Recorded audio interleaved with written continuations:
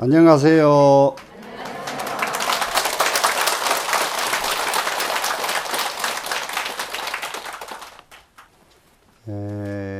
오늘은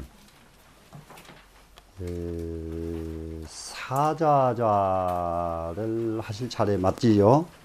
네, 사자자입니다. 사자자는 부처님 앉아 계시는 법좌지요. 부처님 앉아 계시는 법상을 무슨 법상들 여러분 보시죠? 가보면 큰 법상 차려놓은 데 있죠? 전부 그 사자 모습으로 이게 장엄된 거 모두 보셨을 거예요. 부처님 앉아 계시는 법좌가 사자자입니다. 그래서 그동안에 이거 몇 번을 강의를 해보니까 이거는 너무 방대한 경전을 어떻게 하면 정말 여러분들에게 좀 잘 이해할 수 있게 할 수 있을까 해보면서 지금 계속 지금 간음을 하면서 합니다. 그래 오늘 공부는 그 기사자자 원문에 보이시죠? 네. 거기를 가닥을 내놓고 공부를 하도록 해보겠습니다. 왜 그러냐면은 원문을 설명을 하면 어디 설명하는지를 모두 가닥을 못 잡아가지고 난감해가지고 그냥 저는 애써서 말하고 듣는 분은 뭘 말하는지 모르게 되고 이런 경우가 생기는 것 같아서 오늘 가닥을 좀 내놓고 공부를 시작하겠습니다. 자, 그러면은 기사자자가 고광묘호 얻은 이렇게 되어 있죠. 이것은 그 사자자의 전체 풍광을 총괄해서 한 말이 됩니다. 그러면은 거기에서 10가지로 장엄을 꼭 해온 거 기억나시죠? 그래서 제일 첫 번째 이렇게 표시를 해놓으세요. 많이 위대하며 이렇게요. 많이로 대를 삼으며 대를 만들며 뭐 이렇게 보셔도 돼요. 쳐놓으시고요. 두 번째 이 연화 위망하며 연화로 연꽃으로 그물을 삼았으며 그물을 만들고 삼는 겁니다. 지금 3. 청정묘보로 이위 기준하며 청정 맑고 깨끗한 묘한 보배를 가지고 그의 법륜을 삼았으며 이 윤, 법륜 윤자지요. 그 다음에 네 번째 중색 자파로 가지가지 색깔이 중색이지요. 그리고 자파 그러면 모든 꽃들입니다. 모든 한두 가지 꽃이 아니라 모든 꽃으로 이장 영락하며 영락을 만들었다. 영락은 꽃으로 이걸 뭐라고 해야 되나요? 꽃으로 만들어 가지고 이렇게 목에 두르는 거 그걸 뭐라고 해요? 그런 꽃으로 만들어서 이렇게 목에다 이렇게 아이고야 뭔 딴소리만 하네요. 옛날에는 꽃을 해가지고 이렇게 다 걸어주잖아요.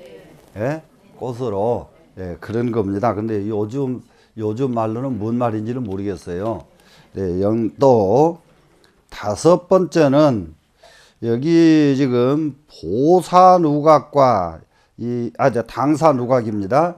이 사자 당자도 다 사당 당자고 사자도 사당 사자입니다.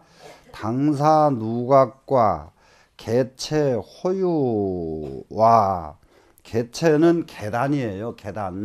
계단과 호유는 뭡니까? 창문입니다. 창문에 범죄 물상이 모든 물건들이 뭐라고 되어 있느냐? 비체장엄하며 그랬는데 이 비자는 갖출 비자인데요. 요즘 쓰는 말로는 구체라고 이해하시면 됩니다. 구체적으로 한단 말 쓰지요. 구체적으로 하는 그런 말과 똑같은 뜻으로 비체로 장엄한다 그랬습니다. 그 다음에 여섯 번째는 여기서는 보수지과가 보배나무 가지 열매입니다. 주해간열하며 두루두루 돌아가면서 사이사이에 맺혀 있었다. 나열돼 가지고 주릉주릉 매달려 있는 겁니다. 지금 과일들이.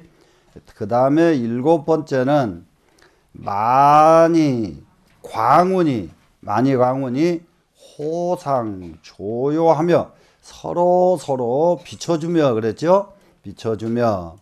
8번째는 시방제불이 화연 주왕의 보살이 개중 묘보가 실방강명하야 일에 영촉하며 이렇게 여기는 좀 길게 떨어집니다. 지금 시방세계에 계신 모든 부처님이 주왕을 화연했다. 이거는 구술주자죠. 네, 구술을 만들어냈다. 이게 화연 그럽니다. 만들어내서 일체 모든 보살들이 개중에 하는 것은 머리 위에 정상 육개상이라고 이렇게 이게 머리 위에 한 가운데가 개자예요. 그 개 가운데 아주 오묘한 보배가 모두가 다 광명을 이렇게 발산해 가지고 그러면서 와서 흔히 비춰주며 이렇게 했습니다. 그 다음에 9번째는 부의 제불위신소지로 이렇게 됐습니다. 다시 모든 부처님의 위실력을 가지고 모든 부처님의 위실력, 신통력입니다. 신통력을 가지고 앉아 계시는 거예요, 지금. 그 10번째는 연설하십니다, 이제. 열의 광대 경계를 연설하시니 부처님의 광대한 경계를 이게 연설해 주시니 묘음이 합창하여 그 오묘한 말씀들이 멀리 창달하여 멀리까지 안 들리는 데가 없어서 무처불급이라라 곳마다 미치지 않음이 없다다. 곳마다 어느 곳에든지 부처님 말씀이 들리지 않는 데가 없었다. 이렇게 되어 있습니다. 그러면은 이 부처님께서 앉아 계시는 이 법좌에 요즘으로 말하면 법좌죠. 그 자리가 바로 사자자이고 그 사자자에 앉아서 계시는 모든 모습이 대체적으로 우리는 이렇게 부처님 상호를 뵈면은 부처님 상호만 뵙지 어떤 모습으로 앉아 계시는지는 모르잖아요. 그러니 부처님께서는 앉아 계시면서 이 10가지를 가지고 앉아 계시는 거예요, 지금. 그러면 이 다음부터서 우리가 부처님 뵈면은 어떻게 해야 돼요? 부처님께서는 이러이러한 10가지의 공덕을 가지고 계신 분이 부처님이시구나. 이럴 때게 어떻게 되겠어요? 부처님께 우리가 더 경건해지고 더 신심이 나야 옳겠죠. 예. 그러면 이제 이렇게 된 글을 그 정도 가지고 이해를 하고 가기에는 조금 구체적인 설명이 필요하다. 설명이 필요합니다. 그래서 여기를 제목으로는 사자자의 장엄이라고 제목을 붙여줬고요. 이 부분은. 그래서 제일 첫 번째, 기 사자자가 고광 묘호 얻은, 지금 1번 번호 붙이기 전에 첫 번째 이렇게 나와 있다는 거 기억나시죠? 이 부분은 이 법좌를 전체적으로 총괄해서 하신 말씀이에요. 그럼 여기서부터서 한번 보겠습니다.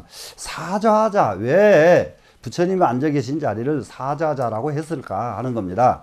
거기에 대해서 청량국사께서는 인중사자가 처하는 자리이기 때문에 사자자라고 한다. 그러면은 산중에 가면은 사자가 왕인데 사람 속에 와서는 서가모니 부처님이 왕이다. 이것을 상징해서 사자자라고 한다. 이렇게 지금 그 사자라고 이름 붙인 것을 한쪽으로 그렇게 설명하고요. 또 한쪽으로는 왜 사자자라고 부처님 설법하는 자리를 하느냐 하면은 다름이 아니고 무예법을 설하시기 때문에 사자자라고 한다. 그 무예법을 설하신 까닭이 뭐냐, 무예법이 과연 뭐냐, 이 두 가지 뜻으로 이해를 하셔야 돼요. 부처님이 설하신 무예법, 그 하나는 뭐냐 그러면은 부처님 당시에는 모든 신을 믿는 세상입니다. 신을 믿는 세상이 되다 보니까 처처에 신의 대변자들이 전부 지도자들이에요. 그러니까 그분들이 누구냐 그러면 바라문들이 그분들입니다, 지금. 그러면 이게 불교와 가까웠던 분들은 바라문이고, 바라문 이외에도 신을 대변하는 사람들이 수없이 꽉 차 있어요. 그 인도에. 그런데 부처님께서 가르치신 것은 그 신에게 의존하지 말고 네 스스로 서라, 이걸 가르치신 것이 부처님 가르치심이란 말이에요. 신에게 얽매이지 말고 네 스스로 네 운명을 만들어갈 수 있는 길을 가르치시는 게 부처님 설법이에요. 이렇게 설법을 하시게 되면은 신을 의존하고 신의 대변자들이 갈 데가 있어요, 없어요? 갈 데가 없어지죠. 그러니까 부처님을 가만두려고 하겠어요? 가만두려고는 안 하죠. 그래서 수없이 부처님을 이게 공격을 하고 부처님을 이게 아주 이 세상에서 없애려고 온갖 짓을 다 합니다. 그런데도 불구하고 그걸 굴복하지 않으시고 거침없이 두려움 없이 그 생명에 위협을 주는 그 사람들에게 조금도 두려움 없이 정법을 설하셨다. 그래서 무예설법이에요. 이해가 되시나요? 예. 이것이 무예법을 설하신 것이고, 또 하나의 무예법은 무엇인가? 무예법은 개개인이 두려움 없는 도리를 일러주신 것이 또 무예법이에요. 우리는 정말로 끝도 갓도 없는 두려움 속에 사는 게 중생입니다. 뭐가 두렵느냐? 내일을 예측할 수가 없어서 두려워요. 미래를 알지 못하는 삶이라는 게 어떻게 될지를 모르니까 온갖 방비를 다 하면서 살아. 그렇습니까? 안 그렇습니까? 네, 그러니까는 이 인간 삶에 대해서 이렇게 이게 첫째 미래를 알지 못하는데 두려우며, 둘째로는 자기가 하는 일이 정말로 바르게 가고 있는지 제대로 안 가고 있는지 자신이 없어서 멈칫 두려워요. 그러다 보니까 하나도 일을 이루질 못해. 사람들이 확신이 없고 자신감이 없어요. 그래서 부처님께서 무예법을 설해 주신 것은 확신을 가지고 자신감을 가지고 네가 바로 다름이 아니라 바로 네 스스로가 부처라는 것을 일깨워 주신 법, 이것이 또한 무예법입니다. 이해가 되시죠? 그래서 이 법을 부처님은 사자자에 앉아서 설해 주시기 때문에 이것을 사자자라고 이름을 붙였다. 이렇게 하고요. 그런데 여기에 이제 고광묘호라고 쓰여 있죠. 네, 고광, 높을 꽃자, 넓을 광자. 이 두 글자를 이제 청량국사는 아주 구체적으로 해설을 해놨어요.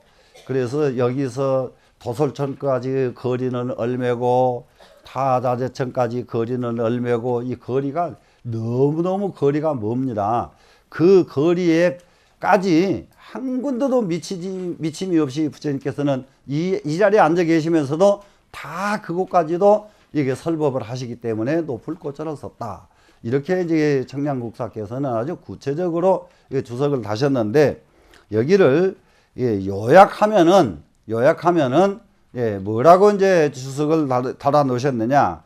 고이 무상하고 너무 높아가지고 더 이상 꼭대기가 없어. 부처님 앉아 계신 자리가 너무 높아가지고 더 이상 그보다 더 높은 자리는 없어. 그리고 심불같이 너무 또 깊어가지고 그 끝이 어디까지인지 헤아릴 수가 없어. 이래서 높을 꽃자를 썼다. 이렇게 꽃자 한자를 써놓은 것도요. 그 다음에 넓을 광자를 썼지요. 넓을 광자를 쓴 것은 뭐냐? 광이 무해하고 광 너무 넓어가지고 그 끝이 없는 거예요. 밖이 없어요. 우리는 밖에 나가보면 밖에 끝이 나오잖아요. 근데 여기는 아무리 너무너무 넓으니까 밖에 가봐도 그 밖에 끝이 없는 겁니다, 지금. 그리고 불가공이라 그 가장짜리를 아무리 계산하고 또 계산해봐도 계산할 수가 없이 넓더라. 그래서 높을 꽃자와 넓을 광자를 썼다. 자, 이렇게 해설을 하고 있는데, 여기서 우리는 아주 정말로 이 경전을 받아들이는 중국 대선지식들의 마음을 읽어야 돼요. 우리는 지금 이 글을 읽으면은 기사자자가고 광묘호든 이렇게 읽었고 이렇게 이 뜻을 이해하면 그만이에요. 그런데 높을 꽃자 하나를 놓고도 정말로 그보다 높아서 더 이상 높은 데가 없고 이게 너무 깊어서 그 뜻을 헤아릴 수가 없고 넓을 광자는 그 밖을 계산할 수가 없고 이렇게 해서 이런 의미로 글자를 한자 한자를 음미하면서 읽는다 하는 그 자세가 너무 존경스러워서 청량국사의 주석 이걸 하나씩 여러분들한테 얘기하기 위해서 요즘 보면서요. 그동안에 중노릇 헛것했구나. 정말로 글자 한자 한자를 이렇게 소중하게 이해하시고 글자 한자 한자에 이렇게 온 마음을 다 쓰고 경을 읽으셨는데 우리는 그냥 글자 한자 한자를 그냥 읽었구나. 이런 생각이 막 듭니다.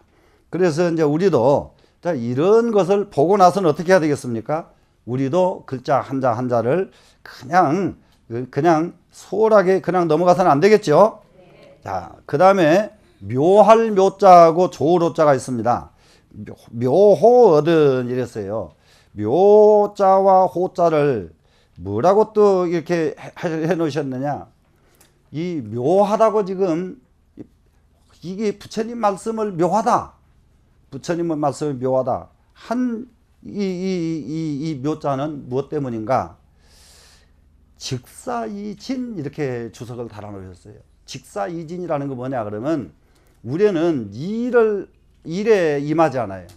우리가 살면 수많은 일을 해야 되죠. 예. 모든 데 우리는 그 일에 나서서 직장 생활도 해야 되고 자기 집 살림살이도 해야 되고 사람과의 관계도 해야 되고 하지요. 그렇게 일에 임했을 때마다 거짓이 이만큼도 없고 정말로 진만 나오더라. 그래서 어째서 저 상황에서도 진이 나오고 저렇게 어려운 상황에서도 진짜만 나오고 또 진짜만 나올까. 그래서 헤아릴 수가 없다. 그래서 묘할 묘자로 썼다. 예, 이겁니다. 그 다음에는 이 조로자는 왜 이 조로자를 썼느냐. 조로자를 쓴 것은 구덕무결 이렇게 썼어요. 모든 덕을 하나도 빠짐없이 다 갖춰 가지고 그 갖춘 덕에 이만큼도 흠결이 나지 않더라.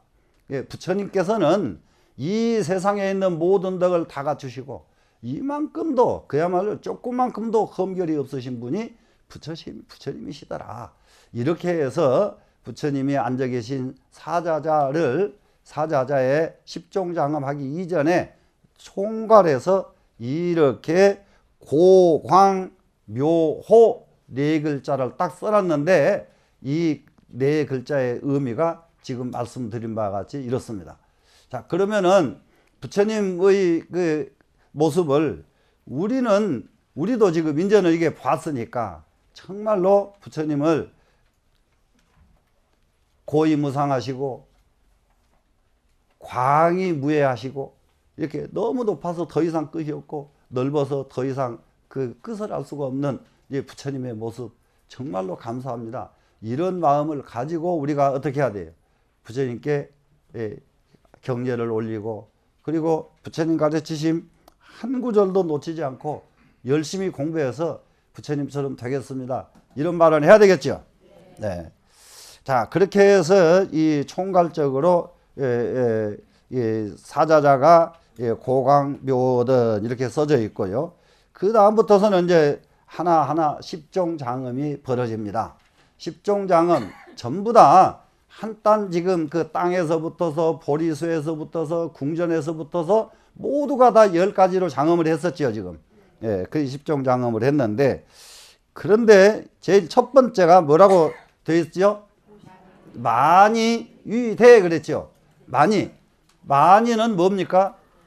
구술이요. 구술. 그리고 이 많이주는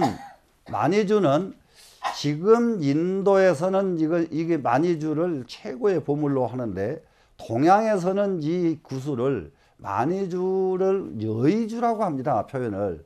여의주 그러면 무슨 구슬인지 알겠죠, 여러분? 그냥 돈 나와라 그러면 돈 나오고, 네? 뭐 나와라 그러면 뭐가 나오는 거. 이게 자기 마음대로 이게 되는 구슬이 뭐예요? 여의주지요. 네, 여의주와 똑같은 이 구슬을 만이주라고 그럽니다. 그러면 이 만이주를 가지고 이 부처님이 앉아 계신 좌대를 만들었다 이거예요. 예, 만이주를 가지고 부처님 이게 앉아 계신 좌대가 만이주입니다. 지금 만이주로 이게 좌대를 만드신 그 이유는 무엇 때문에 만이주로 이렇게 좌대를 만들었는가? 그러면은 앉아 계신 그 자리에 가장 크게 지금 설정한 것은 뭐냐 그러면 열애의 지혜입니다. 부처님의 지혜. 그래서 지금 부처님의 지혜를 가지고 이 세상의 모든 중생들에게 법을 베풀어주는 이것을 상징한 거예요. 그러면은 이 만이주가 아까 여의주와 같다는 말 이해가 되시죠? 여의주라야 법을 남에게 주지요. 충분히 이해되죠? 그러니까 이 만이주로서 이 앉아 계신 자리를 만든 이유는 이 자리는 바로 부처님의 보시 사상인데 쉽게 말하면은 부처님이 남을 위해서 베풀어 주시는 건데 그 베풀어 주시는 것이 무엇을 가지고 베풀어 주십니까? 만이주를 가지고 베풀어 주신다. 여의주를 가지고 베풀어 주신다. 이런 말이 되겠죠. 예. 그런데 이 만이주를 삼은 까닭은 만이주는 무슨 구슬이냐 그랬더니 이구보 이렇게 썼어요. 이제 청량국사 주석에 이구는 뭐냐 그러면 허물을 여인 보물, 허물이 없는 보물입니다. 소위 말하면은 이게 이 조금도 흠결이 없고 허물이 없는 보물이 뭐냐고요? 만이주다 이겁니다. 지금 조금도 부족함이 없고 허물이 없는 만이주를 가지고 보시를 상징해서 이제 좌대를 만들었다. 그래서 만이위대 이해가 되죠? 자, 그러면은 이게 만이의 이게 열애의 지혜를 상징할 때에 여기에서 무엇이 열애의 지혜냐 하는 것은 이 뒤에 이제 소상하게 나옵니다. 무엇이 부처님의 지혜다 하는 것이 나오는데 그래도 열애의 지혜, 부처님의 지혜를 한마디로 딱 말하자 그러면은 중도지 그럽니다.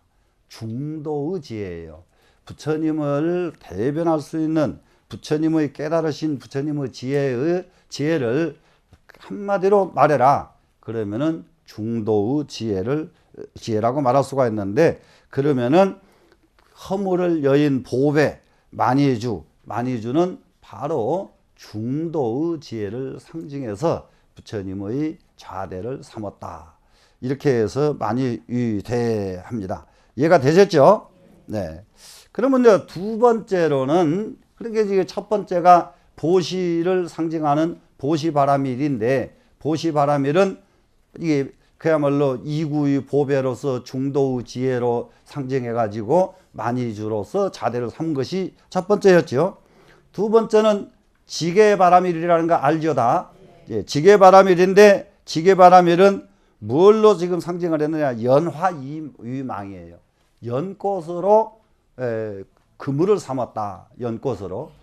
그러면은 연꽃 그러면은 한번 여기에 지금 아주 여러 가지 의미가 있습니다. 지금 연화위망에서는 제일 첫째로는 부처님이 앉아 계신 자리 주위가 전부 연꽃으로 쫙 배열이 됐다가 연화위망이에요. 근데 부처님이 앉아 계시죠? 앉아 계신 주변에 연꽃이 전부 사방에 연꽃이 이렇게 솟아 나와 있습니다. 지금 이렇게 돼 있고 두 번째로는 그것은 이제 현실에 그래 부처님의 앉아 계신 이 법좌의 현실은 부처님이 앉아 계신 주변에 연꽃이 이렇게 나와 있고 이것을 이치로 보면은 연꽃은 무엇을 상징하느냐? 연꽃은 그러니까 이렇게 이제 이해를 하면 됩니다. 지금 바로 전에 이미 말씀을 드렸습니다마는 계율을 꽃에다가 비유한 이유는 뭐냐? 꽃은 사람을 편안하게 해주고 사람을 즐겁게 해주고 사람 눈을 뜨게 해주는데, 그래서 이 꽃 그러면은 아주 환히 밝은 것을 상징하고 청정한 것, 맑고 깨끗한 것을 상징하고, 그런데 꽃 중에서도 맑고 청정한 것을 상징하는 것은 연꽃입니다. 이게 이런 꽃은 청정한 데서 나온 꽃이니까 청정해요, 그냥. 근데 연꽃은 더러운 데서 나와가지고 더러운 물이 안 들어있어서 청정하단 말이야. 그래서 꽃 중에 꽃 하면은 가장 청정한 꽃을 연꽃으로 꽃을 삼습니다. 그러면은 지금 이렇게 지금 이렇게 이 연꽃을 계율에다가 이렇게 배대를 한 까닭은 뭐냐 그러면은 처전불호라고 해가지고요, 시장가에 가가지고도 물들지 않는 꽃, 이거 연꽃입니다. 그러면 이 말은 무슨 말이냐? 우리는 시장 속에 가서도 거기 가서도 물들지 않아야 된다는 걸 가르치는 거예요, 지금. 그래서 이제 우리 삶이라는 것은 일상생활이 아주 시끄럽고 복잡하고 더럽고 이런 곳을 다 거치면서 사는 거예요. 그런데 아무리 더러운 데를 가도, 더러운 데는 유혹을 당하는 자리, 더러운 자리죠. 이런 곳에 가도 거기에 유혹을 당하지 않고 아주 시끄러운 데 가서도 물들지 않고 하는 것이 연꽃의 상징이요. 이것을 만약에 말한다면은 연꽃은 처수불념이라 어느 물 속에 들어가도 그 물 속에 더러운 물에 물들지 않는 것이 연꽃이다. 그래서 연꽃을 상징해서 지금 지게 개바라미를 지금 이룹니다. 그러면은 이것은 현실로서는 이와 같은 청정한 연꽃이 부처님 주변에 쭉 앉아 있고요. 그러면은 여기서 그물로 삼았다고 하는 부분이 현실에서는 이렇게 그물을 이렇게 만들어 준 겁니다. 그런데 이제 상징적으로 그물은 어떤 그물이냐? 이 모든 사람들이 잘못 가는 것을 막아주는 것이 그물 역할이에요. 잘못 가는 것을 막아주는 것. 이 그물이 적정하게 있지 않으면은 사람은 살다가 어느 순간 깜빡하는 순간 엉뚱한 데로 가버리거든요. 엉뚱한 데로 가서 엉뚱한 데에 떨어지면은 그때 가서 끌어오기 너무 어렵기 때문에 이 부처님의 이 그물은 그렇게 순간 뚝 떨어진 그 사람을 딱 그물로 건져내주기 때문에 그물망자를 씁니다. 그러면은 그거 뚝 떨어졌을 때에 그물로 건져지는 이것은 부처님이 딱 건져주시는 것이 제일 첫째는 뒤고, 두 번째는 뚝 떨어지면 자기가 탁 돌아 나오면은 자기가 건지는 거죠. 무슨 말씀인지 아시겠죠? 그러면 결국은 부처님께서는 이게 건져주시면서 자기 스스로 거기서 나오게끔 가르치시기 위해서 이게 붙잡아 주시는 것이지, 영구히 그걸 붙잡아 준다는 것이 아닙니다. 그래서 불교의 가르침은 보통 다른 종교들은 영구히 마음대로 살아라, 내가 딱 해줄게, 이런 게 아니에요. 부처님은 스스로 내가 이렇게 구제하듯이 네가 스스로 여기서 이렇게 구제되거라, 이것을 가르쳐 주신 것이 부처님 법이다. 이해가 되시죠? 네. 그렇게 하고 나서는 이제 세 번째 바라밀이 무슨 바라밀이요? 인욕바라밀이죠. 네, 인욕바라밀입니다. 그러면 세 번째 바라밀은 청정묘보로, 이게 아주 밝고 깨끗한 큰 보배, 오묘한 보배입니다. 보배로서 이 기준하며 그 법륜을 삼는다 그랬습니다. 그러면은 여기에서 지금 뭐냐, 인욕하는 거, 이게 이제 우리가 세상 살아가는데 가장 지켜야 될 것은 계율이고, 가장 우리가 세상 살아가면서 가장 아주 절실히 이루어야 될 것이 하나 있어요. 살면서 이루어야 될 것, 인격에서 이루어야 될 것 뭐냐? 인내심이에요. 인욕이에요. 인욕이 없으면은 우리는 사람이라고 할 수가 없어요. 그래서 이 인욕이 어느 정도로 잘 되느냐가 그 사람의 인격이 좌우가 됩니다. 이 인내에 달려 있거든요. 그래 이제 보통 사람들은 자기가 정말로 자기 성질 나쁜지를 잘 모르더라고요. 대부분이. 그리고 남의 성질 나쁜 것은 어떻게 그렇게 잘하는지 몰라. 그래서 참 거꾸로 남은 쳐다보지 말고 남 성질 나빠서 정말 저건 못 쓰겠구나 그러거든. 얼른 자기를 돌이켜 볼 줄 알아야 돼요. 그리고 봤더니 자기 같으면 그보다 더 했겠구나. 이 생각을 하면 공부가 되기 시작한 거예요. 충분히 이해되죠? 그래서 이게 인욕을 청정묘보라고 표현을 했습니다. 그래서 그것을 갖다가 법륜으로 삼는다. 법륜으로 삼는 것은 항상 내의 양식을 담아서 이게 수레에다 끌고 다니는 거죠. 그래서 절대로 인욕에서 이탈하지 않겠다 하는 겁니다. 그런데 이제 여기서부터서는 뭐가 지금 사자자에서 특징적으로 나오는 것은 뭐냐 그러면은요, 장엄이 전부 지혜지자가 들어간다는 사실이에요. 지혜가 아주 따라다녀야 돼요. 그러면은 우리는 쉽게 말하면은 계율을 지키는 것도 그전에는 그냥 하라고 하니까 지키고 하지 말라고 하니까 안 하고 이랬죠. 근데 지혜가 있으면 어떻게 돼요? 아, 그거는 하면 안 되지 아는 거죠. 지혜가 따라붙어야. 그거는 해야지 하고 이게 지혜가 붙어야 이렇게 되죠. 참지 않으면 안 된다는 것을 아는 것이 지혜란 말이에요. 그런데 그걸 알면은 참을 수밖에 없잖아요. 그런데 참아서 안 된다는 걸 몰라버리면 어떻게 되겠어요? 화가 나죠. 계속 화를 내죠. 근데 요즘은 우리가 자세히 한번 이게 현실을 보니까 현대 과학이 참 아주 정말 잘 되어 있더만요. 화를 내면은 만병의 근원은 전부 화다. 만병의 근원은 전부 화다. 이러죠. 그래서 이 화를 안 내는 것을 굉장히 건강에 제일 좋은 걸로 치고 있고요. 공부에도 화가 가장 도움이 됩니다. 사람은 뇌가 한번 들끓어 버리면은 집중이 안 돼요. 집중이 안 돼요. 실컷 사람하고 멱살 잡고 싸우고 와서 책 외우려고 하면 외워지겠습니까?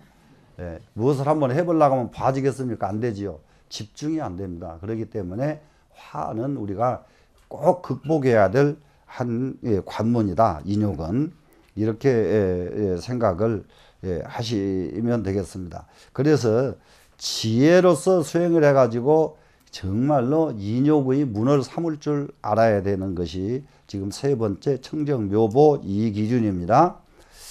그래서 지금 부처님께서는 인행이 원만하시기 때문에, 인행이 원만한 것은 부처님을 여러분 한번 상상해 보십시오.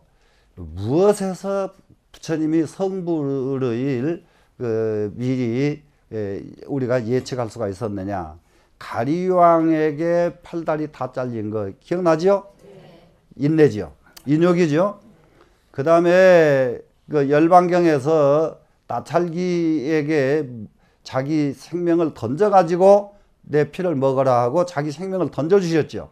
그것도 자기 몸을 아끼지 않고 정말로 이게 던져주는 이것이 지금 우리 부처님이 성불하시는 가장 큰 이게 동기거든요.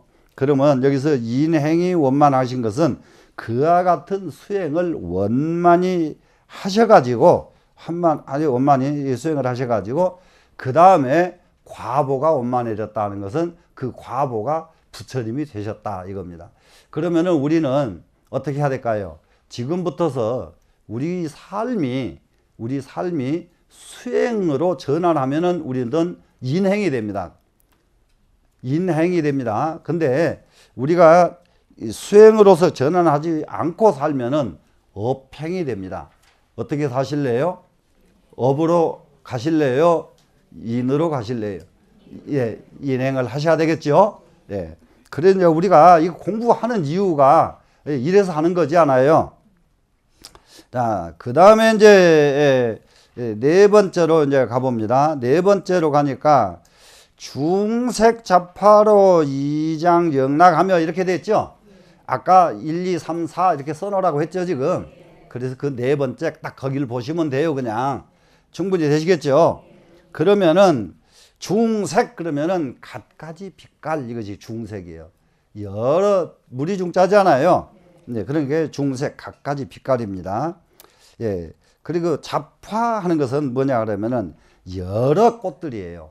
많은 꽃들, 이 꽃, 저 꽃 할 것 없이 수없이 많은 꽃 이것을 잡화 그럽니다. 그러면은 중색 잡화 이것을 바로 이지수성이라고 그래요. 지혜로서 수행을 이루었다. 지혜로서 지혜로서 수행을 하니까 그냥 수행이 아니고 지혜로 수행을 하니까 무엇이 이루어진다고요? 거기서 가지가지 광채가 쏟아져 나오더라. 우리가 광채가 쏟아져 나오더라 그러니까 그 사람 얼굴에서 광채 찾으려고 애쓰는 분들 종종 계시는데 언제든지 경전에서 나오는 이 광채는 지혜를 상징한다고 이해를 하셔야 됩니다. 각가지 상황에서 지혜가 쏟아져 나온다. 이것이 광채입니다. 되시겠죠? 그래서 이 중색 자파로 이장 영락하며 영락을 만듭니다. 영락은 그야말로 꽃 목걸이 하면 되겠네요. 꽃 목걸이를 만든다. 그러면은 이게 꽃 목걸이를 만드는 것 무엇이겠습니까? 여기는 정진행이잖아요. 정진바람일이죠, 지금. 육바람일 가운데 정진장엄은 이것은 무엇이 그렇거든요? 여기 지금 청량국사께서는 대지법신으로 이렇게 해요. 아까 중색 잡화 하니까 가지가지 빛깔, 가지가지 꽃 이렇게 했죠. 그러면 여기서 꽃과 빛깔 그러면 뭐예요? 지금은 전부 빛이면은 지혜를 상징하는 말이라 그랬죠. 그걸 바로 청량국사는 그것을 대지로 바꿔서 바로 쓰셨습니다. 대지입니다. 그냥 대지. 그러면 대지를 갖춘 사람은 어떤 사람이냐? 법신이에요. 그래서 이제 여기서 이제 여기 아주 전부가 다 이제 법신, 보신, 화신도 지금 새롭게 전부 이게 공부를 해야 될 겁니다. 지금 다 나올 겁니다. 앞으로. 이게 이제 법신이 돼가지고 그래가지고 이게 화형을 만들기 때문이다. 꽃목걸이는 이게 어떤 사람이 하느냐? 법신 물께 올린다. 이게 아무라도 꽃목걸이 하는 건 아니었던가 봅니다. 옛날에는. 그러니까 꼭 그게 맞긴 맞지요. 시험에 가서 합격을 한다든지 그러면 꽃목걸이 해주지요. 그런데 인간으로서 최고 성공을 이루었으면은 꽃목걸이가 문제가 아니겠죠, 지금. 그런데 최고의 존경의 장식물이거든요. 그래서 이런 인품이 되기 위해서 하는 것이 뭐예요? 정진이죠. 우리가 정진력 없이 인격이 이루어지겠는가요? 안 이루어지죠. 그래도 못 알아들으면은 노력 안 하고 부자 되겠는가요? 자, 그게 뭐예요? 정진하면 뭐예요? 노력이지요. 그죠? 노력 없이 학문이 이루어지나요? 안 이루어지죠. 노력 없이 예술도 무엇도 안 이루어집니다. 우리가 지금 한 가지 해야 될 일이 이게 세상을 분석하고 사람을 알려고 애쓰고 요즘 뭡니까 그 심리학과 교재들 보고 그러니까 사람 마음 읽는 법 별걸 다 써놨더라고요. 그래 전부 한번 쓱 웃었어요. 그 짓거리 다 소용없어요. 공부 깊어지면 그냥 말 안 해도 그냥 알아져 버려요. 이해가 되세요? 자, 정말로 일념으로 하면은 안 되는 일이 아무것도 없어요. 되시죠? 네, 일념 정진 우리 이 공부하면서 그야말로 여과 없이 공부들 해야 되겠습니다. 자, 그 다음에 다섯 번째는 당사누각입니다. 예, 당사누각, 그러니까 당사는 사당이죠, 지금. 그런데 이게 사당 당사라고 썼는데, 그 자리가 뭐예요? 궁전 당사지요. 예, 부처님 계신 법당 당사입니다. 당사. 또 앞에 또 누각도 있죠. 예, 누각. 그리고 개체, 거기에 계단이 있죠. 계단. 이게 이게 절마다 계단 없는 이 절이 없죠. 지금 계단. 그리고 그리고 호유들에게 범죄 물상이 무릇 있는 모든 물건들이 비체 장엄하며, 여기서 뭐냐 그러면은 구체적으로 빠짐이 없이 장엄을 했다, 이런 얘기입니다. 그러면은 당사에도 모든 것이 거기에는 부족함이 없이 다 갖춰서 장엄을 하고요. 당사도. 누각도 그냥 누각을 지은 것이 아니라 여기 아주 이제 간단하게 십바라미를 다 상징하면서 누각을 짓고, 당사를 지어도 십바라미를 상징하면서 짓고, 문틀 이게 계단 하나를 해도 그야말로 십바라미를 상징하면서 계단을 만들고, 그리고 문 하나를 만드는 것도 십바라미를 상징해서 만든다. 자, 요즘 이런 식으로 집을 지어 놓으면은 이건 국복감이에요. 정말로요. 그러니까 요즘은 예술이랍시고 철학이 없는 집들을 짓거든요. 예술이랍시고. 아주 그거 난감한 사람들이에요. 정말로 집을 지으려고 그러면은 모든 것이 이와 같이, 이 십바라밀은 불교뿐만 아니라 이 세상 사는 모든 사람들은 반드시 지키지 않으면 안 되는, 이게 인간의 수행의 덕목입니다. 이거는 수행자가 인격의 덕목, 수행 말고 인격이 어느 종교인이든 간에 사람이라 한다면은 이 십바라밀을 구족히 갖추고 산다면은, 십바라밀을 갖추고 산다면은 최고의 인격자예요. 그러면 최고의 인격자가 될 수 있는 모든 것을 갖춰서 집을 꾸미고 모든 것을 꾸민다 하면 어떻게 되겠어요? 그냥 딱 들어가면서 하나씩 이루어지는 거예요. 이해가 되시죠? 네, 여러분들 이 다음에 집 하나 지을 적에는 꼭 지을 때마다 이거 염두에 두세요. 굉장합니다. 그래서 이제 여기는 이런 것들 하나하나가 전부 다 이게 이렇게 십바라밀을 구족히 갖춰서 비체, 그러니까 구체적으로 빠짐없이 다 갖춰서 장엄을 해서 이 부처님 설법장이 이루어졌다. 그래, 여기까지 하고 마치겠습니다.